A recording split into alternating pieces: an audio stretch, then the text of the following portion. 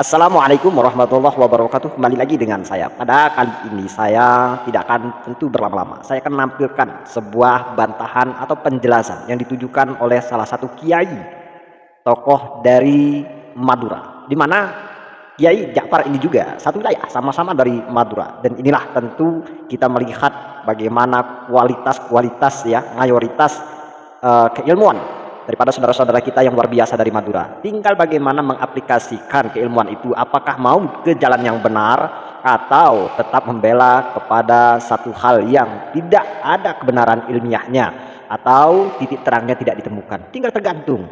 Akan tetapi saya garisi, kalau masalah kualitas kapasitas ilmu, oke lah, siapa mereka yang mengomentari tentang ilmiah, saya katakan ilmiah kajian nasab ini, seperti halnya Guzaini, kemudian lagi dari pihak Habaib ada Gus Romel, ada lagi Gus Ramli, kemudian banyak dari Madura juga. Dan ini bagian dari tiga atau trisula ya, tiga serangkai atau trisula dari Madura, di mana mereka bertiga kiai ini, Kiai Syarif, Kiai Khalif, dan Kiai Ja'far tentunya ini berada di sebelah Kiai Imad. Nah tentu saya akan menampilkan video yang asalnya dari channel Kiai Ja'far, di mana beliau tentunya secara biodata, kemudian rekam jejak beliau, profil beliau juga menuntut keilmuan yang panjang sehingga luar biasa juga. Bahkan beliau juga pernah belajar di Madinah, Mekah ya. Nah disinilah tentu kelumit daripada ilmiah yang sesungguhnya, ilmiah keilmuan sejatinya, di mana bantahan-bantahan yang berdasarkan ilmu.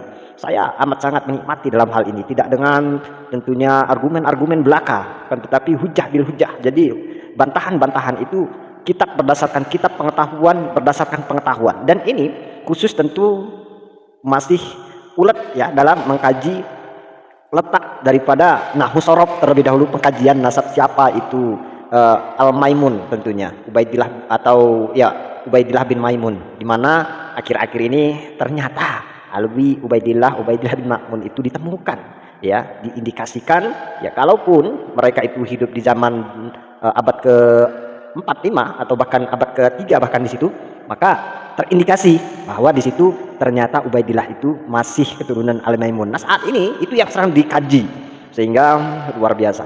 Dan sekali lagi, video ini nanti akan saya tampilkan, simak sampai dengan selesai, jangan di skip-skip agar tentu kita tidak gagal paham. Selain daripada saya melihat profil daripada Kiai Ja'far tentunya, saya akan mengomentari biar kawan-kawan tahu, paham dalam hal kepiawaian menyampaikan kata. Mungkin Kiai Ja'far ini tidaklah setangkas, sepiawai apa yang disampaikan oleh Gus Zaini, seperti Gus Ramli, bahkan kiai yang asal dari Madura yang membantah, yang masih berkelit ya tentang tatanan nahwu sorof mengenai daripada Al-Maimun tersebut. Apakah itu berbentuk mubtada khobar, apakah bagaimana, beliau menghendaki bahwa intinya agar supaya Al-Maimun itu tidak dinisbatkan sebagai daripada datuk-datuk dari Alawiyah atau Alawiyin atau Alwi, kita sebut seperti itu ya.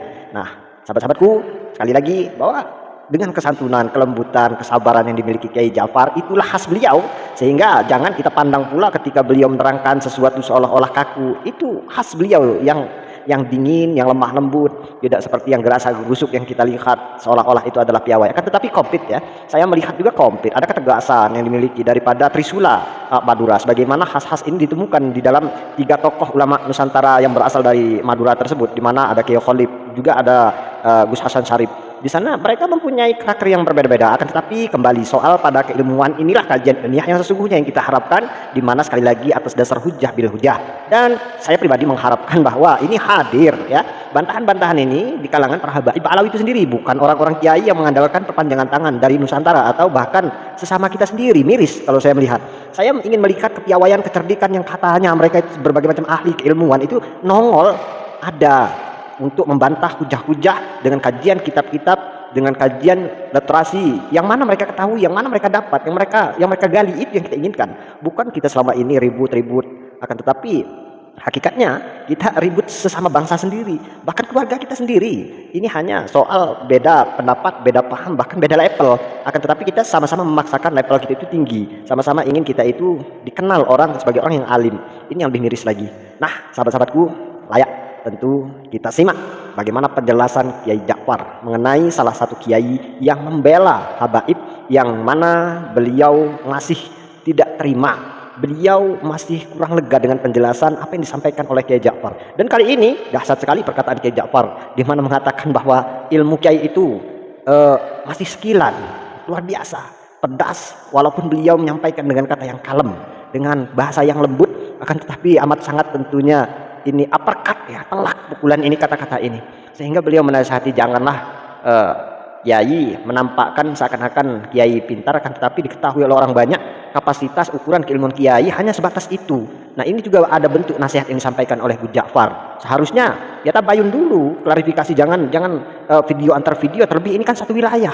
Sehingga amat sangat disayangkan kalau nanti itu konsekuensi yang dihadapi oleh kiai yang sepuh. Saya kalau melihat ini ya lebih sepuh kiai yang membela daripada Habaib Alawi ya. Tapi kalau memang kapasitas kualitasnya itu diketahui ya masih terukur seperti itu, ya mengkhawatirkan daripada orang-orang yang selama ini mengagungkan beliau, membanggakan beliau, bahkan mungkin beliau dikenal sebagai jajaran kiai yang top, kan tetapi ketika bisa dibantah bahkan oleh orang-orang yang umurnya di bawah beliau, ini kan sangat amat memalukan. Nah, sahabatku, mari tidak berlama-lama kita simak videonya dan silahkan kalian berikan komentar, berikan pendapat, masukan yang terbaik tentunya. Tidak ada hujatan, tidak ada hinaan, tentu kita semua di sini menginginkan bahwa ada titik jelas di persoalan ini. Itu saja, simak videonya.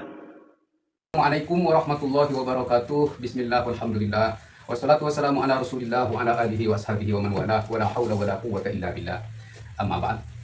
Baik teman-teman pecinta channel Ponpes Abu Syamsuddin dan para subscriber dan para pemirsa dimanapun Anda berada, semoga hari kalian semua menyenangkan. Baik teman-teman, sebuah video dari Kiai Muhyiddin ini yang menyanggah apa yang kami sampaikan di video sebelum terakhir kami kemarin, di dalam menyanggah Muhyiddin satunya kan di bagian Madura bagian barat. Baik, agar tidak salah paham, mari kita saksikan videonya secara seksama. Bahwa Allah Ar-Rahman, bahwa Allah Ar-Rahim.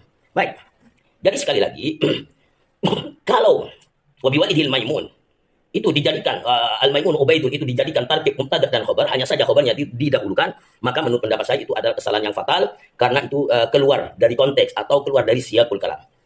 Baik teman-teman, ini adalah sebuah pemahaman yang pendek, pengetahuan yang kaku dari hasil belajar dari ilmu-ilmu yang sangat tradisional. Sebenarnya kan sudah kami sarankan kepada beliau, Kiai, kalau ingin menyanggah seseorang, pelajari dulu apa pernyataan-pernyataan dari orang tersebut yang Kiai mau sanggah.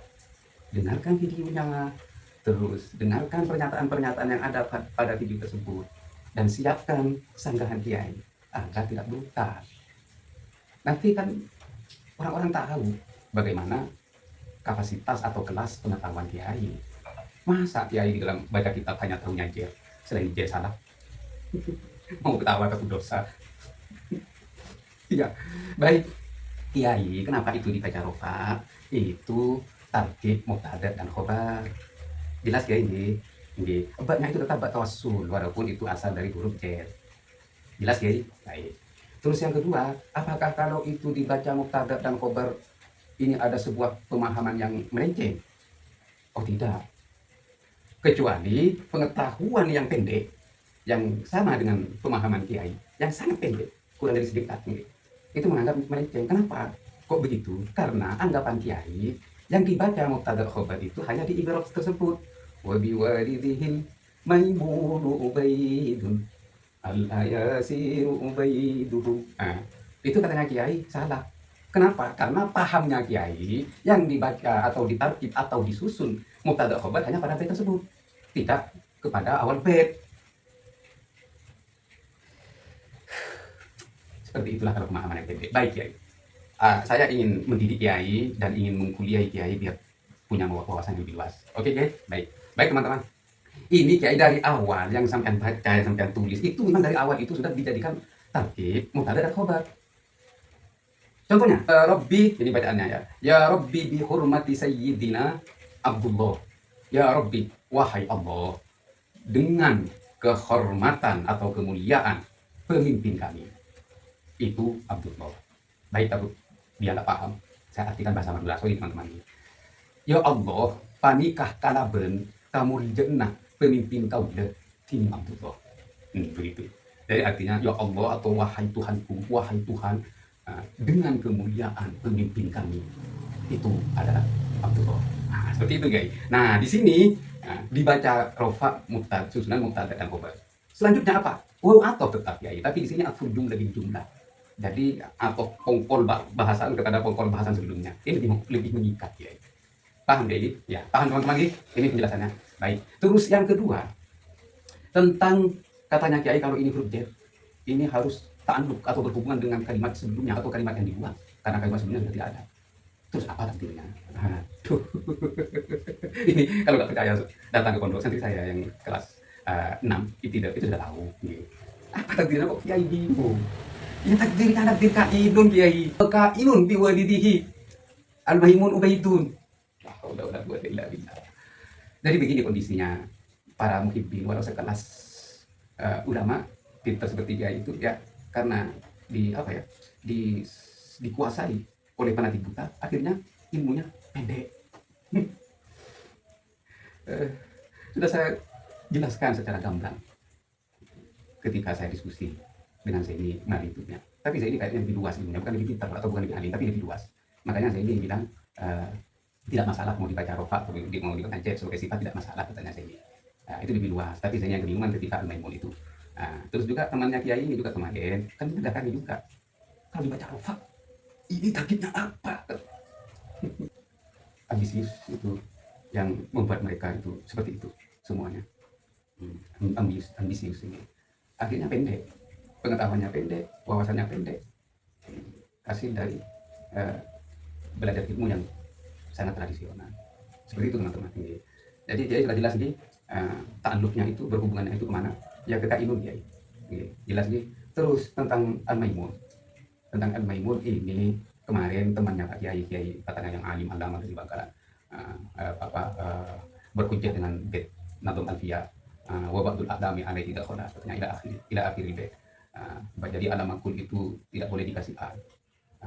Alamakul yang dipindah dari isim fa'il isim maf'ul tidak boleh dikasih al, beranalogi dengan nama isim fa'il yang diubah menjadi nama seperti Hamid, Mahmud katanya. Enggak boleh Al-Mahmud. Nggak boleh dipanggil Al-Maimun, Maimun Zubair, Al-Maimun Az-Zubair. Kalau panggilan iya nggak boleh. Tapi kalau di sini dikasih nisbat nasab, kan Kiai bingung kan? Katanya nisbat apa? Ya karena Kiai nggak lihat video saya sebelumnya. Setiap saya bicara di video itu saya jelaskan. Ya ambisius untuk menyanggah. Akhirnya tidak ditelaah. Ini nisbat nasab. Jadi apanya Kiai misalnya Mahmud. Terus anak cucunya itu mau nisbat nasabnya itu biar jelas kepada Bapak Kiai Mahmud, Kiai Mahmud, cucunya Al-Mahmud, ya tidak masalah. Kiai Fatah Al-Mahmud, ya tidak masalah. Makanya Kiai yang sebelumnya itu yang katanya itu Al-Hamid tidak boleh dipanggil Al-Hamid. Terus junjungan kalian di mana? Yang disebut nasabnya Hamid itu kan dipanggil Al-Hamid. Ada lagi Masyhur, ya dipanggil Al-Masyhur. Jadi gini Kiai, jangan-jangan karena ambisi akhirnya Kiai menyanggah seseorang tanpa kontrol emosi, berapi-api, tapi hasilnya mikir. Bahkan akhirnya mempermalukan diri sendiri. Jadi hati-hati. Itu adalah al-nisbah nasab. Baik kalau nanti Kiai kok nggak ada iyanya. Ini boleh nggak pakai iya Kiai. Seperti yang dulu saya diskusi saya dengan saya ini. Di Mekah itu putra-putranya Malik Faisal. Seperti Amir Khalid, gubernur Mekah. Terus Amir Su'ud, mantan menteri luar negeri Arab Saudi, itu Amir Khalid Al-Faisal. Nggak dipakai iya, kalau pakai iya nggak enak sebutannya. Al-Faisali. Faisali ya, itu sayur kalau di Mekah ya. Makanya Amir Su'ud, mantan menteri luar negeri Arab Saudi, ya Al-Faisal ya. Seperti itu ya, itu al-nisbah. Makanya Ubaid itu nisbat nasabnya kepada kakeknya Maimun. Makanya di situ Ubaid Al-Maimun. Ada juga di kitab-kitab itu bab Al-Maimuniyah ya. Gerombolan keturunan Maimun itu Kiai. Jelas nih. Jadi susunan rofa itu adalah susunan bacaan rofa itu adalah susunan mubtada dan khobar. Terus al-Maimun itu adalah al-nisbah nasab seperti al-Hamid, al-Masyhur. Yang kemudian kemarin yang Kiai sebelumnya itu bilang Ubaid yang di sini bukan nama orang karena berambisi untuk menghilangkan Maimun sebagai nisbah nasab. Maka sama beliau itu ditetapkan sebagai Ubaidil Ayasil adalah julukan. Ini tambah rancu tambah kemana-mana ini teman-teman. Yang artinya dijuluki sebagai penghamba kemudahan. Terus kalau penghamba kemudahan apa istimewanya? Pemuja kemudahan apa istimewanya? Orang-orang itu biasanya kalau hanya mencintai kemudahan terus yang sulit itu tidak disukai, itu tidak ada keistimewaannya sama sekali. Kecuali kemudahan itu ditakwil. Artinya sang pemberi kemudahan butuh takwil lah, gitu. Apa tandanya kalau itu memaksakan kehendak? Ya, baik. Sudah jelas ini penjelasan dari saya. Kalau tarkib bacaan roka itu adalah tarkib mubtada dan khobar, terus saya juga menjawab pertanyaan Kiai ini tanduknya kemana, itu sudah saya jawab Kainun. Terus al-maimun itu alnya al apa? Itu al nisbah nasab karena dinisbahkan ke kakeknya yaitu Maimun al-Qabdah. Terus apa lagi yang harus dijawab? Nggak usah muter-muter kemana-mana, apa sifat apa itu. Jadi disinilah kami dari Maimun ini sudah hampir selesai penelitian kami yang berbentuk kitab nih. Maimun al-Qabdah, Bismillahirrahmanirrahim, muqaddimah. Baca pergi. Terus ini muqaddimah di sini isinya 1 lembar setengah. Ini tamhid, permulaan, santai, tenang, jangan kepo para muhibbin ya, para kiai yang kurcaci pembela nasabah Nawawi, jangan panik ya, jangan kepo. Sebentar lagi keluar. Ini setelah tamhid apa? Setelah tamhid ini babul awal. Ini kitab ya. Nggak ada terjemahan yang saya tulis sebagai kitab dulu. Ini babul awal ini tentang membahas Maimun al-Qabdah. Apa saja? Maimun al-Qabdah itu kalau dibaca semua punya agak cukup teman-teman nih. Wiladatuhu wa nasyatuhu. Sini kelahiran dan kehidupan Maimun. Di sini ismuhu wa nasabuhu. Di sini taqutuhu wa ta'alifuhu, ketipuhannya dan kitab-kitabnya. Biar jelas semua. Bidayah itu harokatihi, permulaan pergerakan Maimun al-Qabdah itu. Terus baru saya masuk ke bab kedua. Bab Ubaid bin Maimun al-Qabdah sama isinya. Bidayah harokatihi juga sama. Mereka itu mempunyai gerakan. Di sini al-aro wal aqwan. Al-aro wal aqwan fil qabdah wa bi. Di dalam Maimun al-Qabdah dan putranya. Dia agak panjang. Fil qabdah sudah masuk itu. Syukrul istifadah julukannya. Qaulul Baqillani yang pertama, yang kedua Ibnu Khallikan, terus yang ketiga Ibnu Katsir, yang keempat Az-Zahabi, yang kelima As-Suyuti, yang keenam Ibnu Hibban. Sudah saya sebut semua para ulama yang menyatakan siapa itu Maimun al-Qabdah dan siapa itu Ubaid atau Abdullah Maimun al-Qabdah. Mempunyai kesamaan nama Abdullah dan Ubaid. Siapa pengurus mereka? Abdullah dan Ubaid. Sama kan? Iya. Siapa pokok pertama nama mereka? Al-Maimun. Sudah jelaskan sama pecinta-pecintanya yang dikutip oleh Ali As-Sakrar dalam kitabnya. Wa bi walidihil Maimun Ubaidun al-ayasiru Ubaiduhum. Ini saya apa ya tentang kiai tersebut itu, kenapa saya bilang ilmunya tradisional, pemahamannya pendek, terus wawasannya sempit. Jadi mereka itu hanya tahu dalam membaca kitab, dalam bacaan dia saja. Oleh karena itu dia berkata selain jer salah. Pokoknya salah fatal. Jadi hanya tahu di bacaan jer saja. Jadi kalau baca rofa punya salah. Kalau kiai perdalam lagi ilmunya lagi, mohon buang kebutaan dalam fanatik itu, biar tidak seperti lalat. Jadi setiap pernyataan saya harus menjelaskan. Ya kenapa? Karena sulit sekali menjelaskan kepada lalat bahwa bunga mawar itu lebih indah daripada bangkai, dan sulit sekali menjelaskan kepada orang yang buta bahwa matahari itu sangat terang, dan sulit sekali menjelaskan kepada orang yang gila fanatik bahwa nama itu indah, dan sulit sekali menjelaskan kepada mukiddin kalau nasab Ba'alawi itu salah dan putus. Ya, mudah-mudahan teman-teman ini memberi pencerahan dan penjelasan. Ini di dalam penelitian ini bukan hanya berpedoman dengan kaidah nahwu yang sempit itu. Jadi kami memakai banyak kaidah yang akan mendukung pendapat kami, penelitian kami di dalam membantu para Ba'alawi yang selama ini mencangkokkan pokok nasabnya itu sebagai putra Ahmad bin Isa al-Abar. Itu salah. Kenapa salah? Tidak ada bukti. Tidak ada bukti dalam sebuah pengakuannya, dan tidak syukrul istifadah. Oleh karena itu kami membantu mereka, karena mungkin mereka tidak punya keahlian di dalam penelitian kaum Ba'alawi itu. Kami bantu, kasihan. Jangan dipandang negatif ya. Kami hanya kasihan membantu mereka yang selama ini kehilangan kakek moyangnya itu. Ternyata inilah kakek moyang Ba'alawi. Kemarin Kiai Mat juga, oh sayang sekali kalau Ba'alawi itu nasabnya nyambung kepada Maimun al-Qabdah, katanya Kiai Mat. Tapi alhamdulillah ini penelitian ini sudah mulai. Nanti setelah Bab dan Aqwal kami langsung menuju kepada Ubaid yang ketiga. Siapa dia? Dan kiprahnya dia di dalam dunia Islam dan di dalam sejarah kami tulis. Setelah itu kami tulis anak-anaknya. Nah, di sini kiku-kiku. Kiku-kiku. Oleh karena itu kami sarankan mulai sekarang atau sebelumnya kami sarankan kepada para kiai jangan ikut-ikutan karena ini sudah jelas. Oke, jangan ikut-ikutan, ini bukan nasab kalian.